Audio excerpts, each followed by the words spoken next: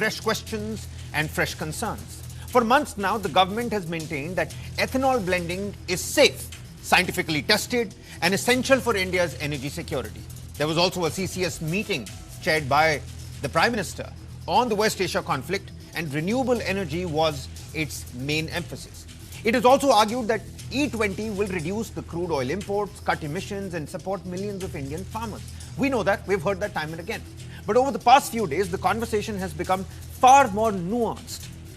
For the first time in the parliament, the government has acknowledged that certain older BS3 vehicles manufactured before 2016 may require replacement of rubber parts and gaskets while using E20 fuel.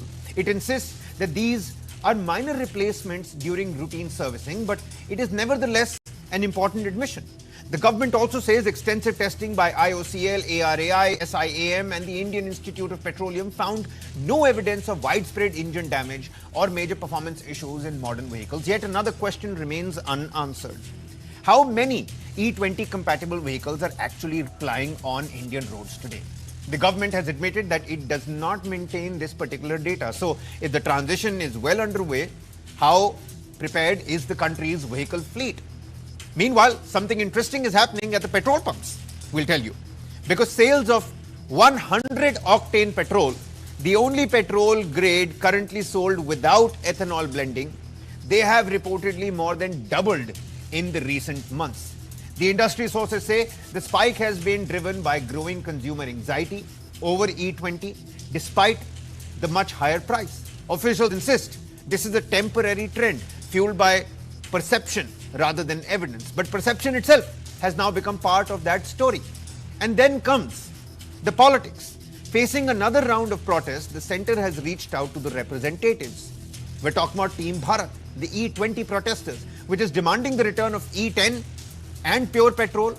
It is demanding greater transparency and relief for owners of the older vehicles. The government says the ethanol policy is backed by science. It is here to stay. We've discussed and decoded this back in the day as well. But the protesters say consumers deserve more choice, more data, more accountability. So tonight, we'll again try to separate facts from the fears, from the concerns, from the anxiety. What exactly has the government admitted? Should owners of older vehicles be concerned? Is the surge in premium fuel demand justified? And is India's ethanol roadmap moving faster than consumer confidence? Let's put those questions before our panel of automobile experts. Chetan Shivraman, automobile expert with us on the broadcast. Rohit Iyer, automotive content creator. You know him by Rohit Iyer Explains, also with us on the broadcast. Rohit, the government says only certain pre-2016 BS3 vehicles may require replacement of rubber parts and gaskets. And it says it's a minor maintenance issue. Easy for them to say. Many people won't be able to cough up that money. But does it validate the concerns that E20 isn't equally compatible with all the vehicles? I mean, I know personally of people who have bought their cars in 2023, 2024, and their gas casket clearly says no E20. With the fresher admissions, with the surge in zero, ethanol and 100 octane fuel, what's the latest assessment? How has this discourse become more nuanced now? Unfortunately, we have no choice left. It is very evident. I think consumers across the board have known that certain cars more than others do face massive problems because of E20. Now, the government has already decided that E20 is here and it's here to stay. And now anything and everything that they say has to be in defense of their policy. So they are going to try to subdue it, and they are going to try to, make statements which make them seem in positive light. But at the end of the day, if I have to really talk about it from the point of view of a consumer, we have no choice left. It's done. It's dusted. E20 is here to stay. Of course, we deserve the option of having E5, having E10. People use their cars for very long times. It's a very sentimental purchase. If we think about cars before 2016, which were BS3 certified, which are now giving problems, and the problems stated by the government are obviously going to be lesser than the problems that already exist. So that's only 10 years back. So if I'm thinking that cars older than 10 years are already going to give me extra maintenance bills or problems at the service center, as the owner coughing up 15 lakhs, 20 lakhs, 30 lakhs, crores, even some people, facing that issue is obviously not something that we would like to see. Now, we don't have E5 and E10 options. The Yeah. only option that we have right now is 100 octane, about 170 rupees per liter. You have Speed 100, XP 100, Power 100, but 170 rupees per liter. Yeah. And we're living in India right now, right? The amount of money that a regular Indian makes is very different from what many Western countries make. And if I have to spend 170 rupees per liter with my hard earned money, as Fair the point. end consumer, as a voter, I don't necessarily feel proud about it or happy about it. But then again, our backs are against the wall right now. We don't have a choice now, do we? So the only thing that I can think about right now, and this is my own personal opinion, I've stopped looking at petrol cars. Now, when I think about my next car, it has to be an EV. Luckily, the government has done a lot of good at that end with increased infrastructure, lots of subsidies. So there is an option out of this. And unfortunately, it's EVs, passionate drivers, I understand that. automobile I absolutely lovers. understand that. But, Yeah. the interesting, dichotomy here is that even as you're talking about the EV and the shift to EV, which, by the way, we have another study. It's a remarkable study. We'll, put that out as well right after this ethanol 20 segment. So do stay on with us. The question is that there are a lot of people. Then, Mr. Shivram, please come in on this. There are a lot of people that are buying the 100 octane. I mean, the demand for 100 octane has surged by about 50, 60%, even though it is sold at less than 1% of the petrol pumps across the country. Earlier, that demand was very little. Now people are coughing up the extra bucks. So on one hand, you've got shift to EV, and the other hand, you have people that are willing to cough up 160 plus rupees per liter for that zero ethanol fuel. Yeah, so in fact, we have noticed that here in Bangalore as well. There are a very few petrol bunks that actually sell 100 octane. And we've actually seen people line up at these petrol bunks to make sure that they do get, their bit of 100 octane as well. Now, the truth is, when E20 was introduced, we believe that it wasn't transitioned into the market really well. It was just brought and put in there and said, okay, now we're giving you E20 petrol, deal with it, right?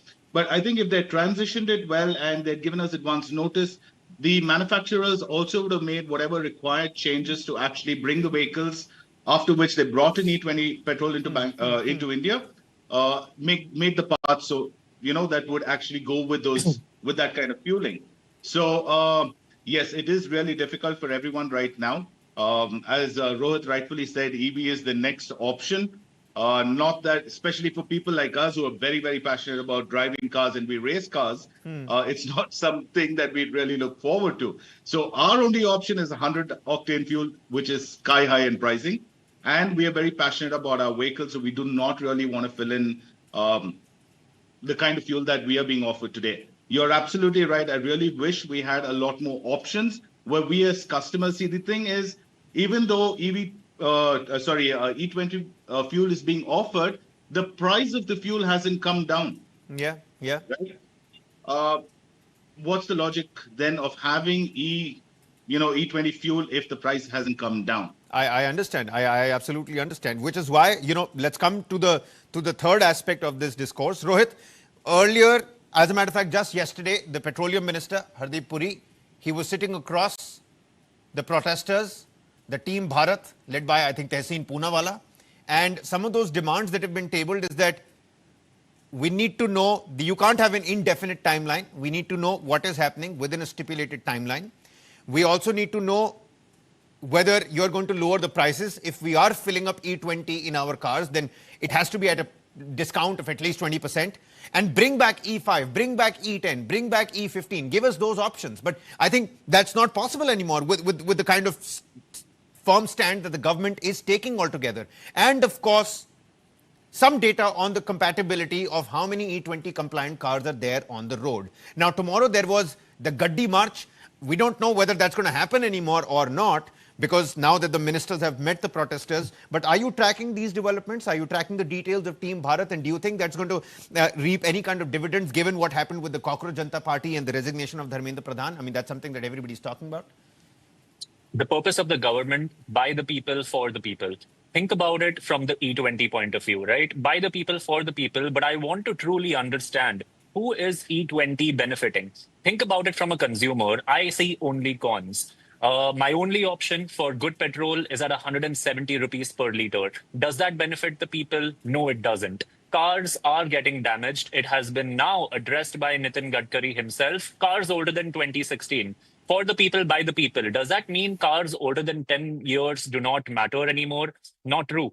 Fuel contamination is the biggest worry when it comes to E20 fuel. What has been done by the government to be ensuring that there is no fuel contamination across the massive petrol pump infrastructure that has been there?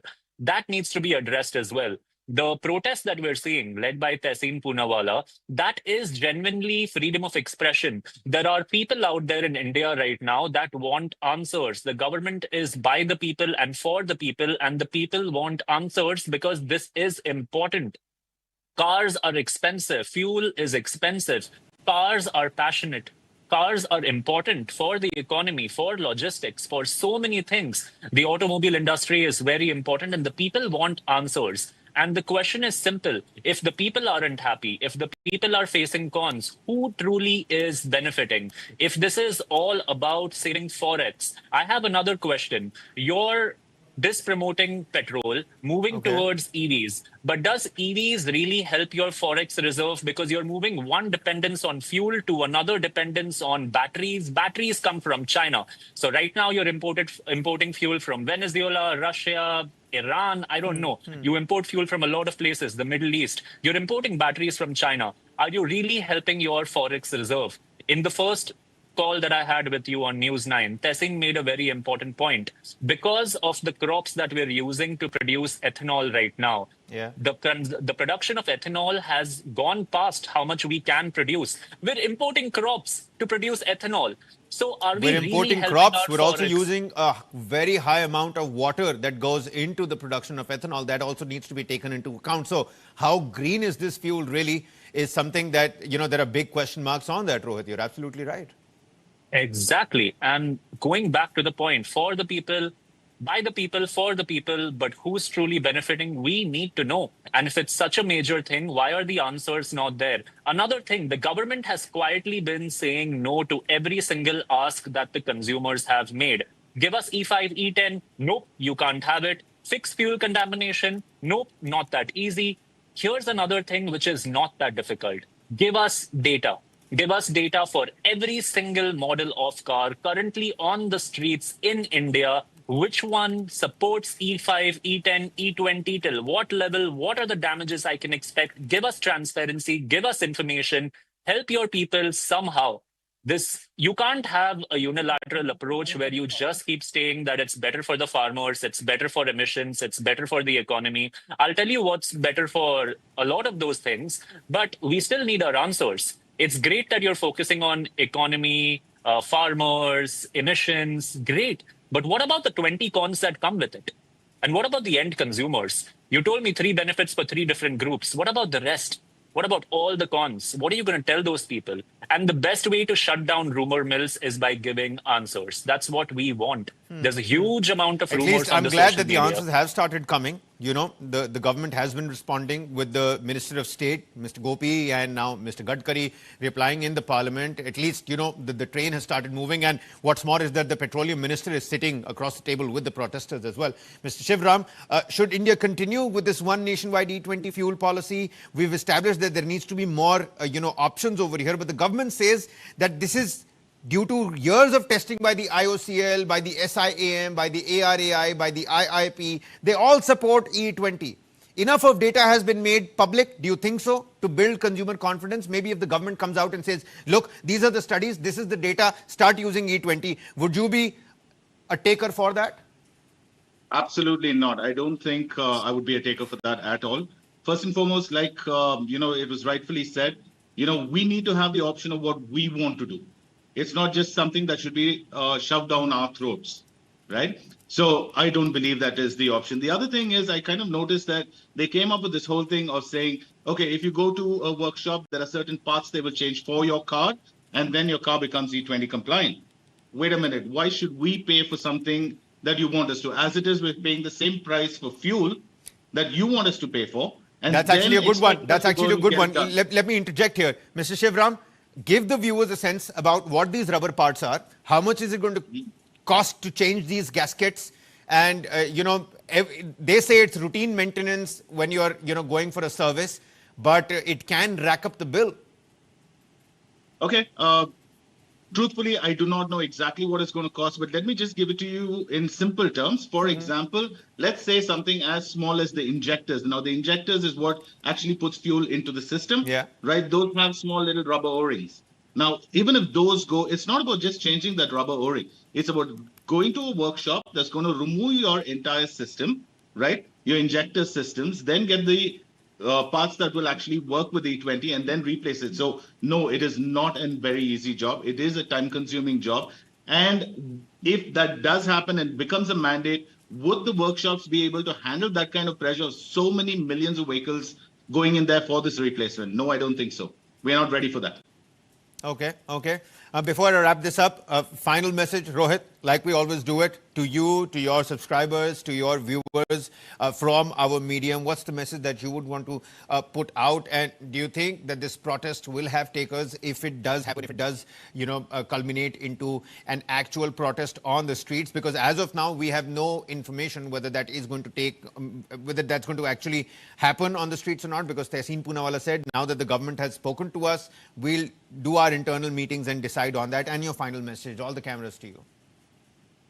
I don't think we should take to the streets again. I hope it doesn't come onto the streets again, because we already saw what happened last week, and we can't be going back to that again and again. We need answers. We need concrete answers. We need data, and we need solutions. It's great that the government has started answering things, but what they're answering right now is what we knew about a year ago.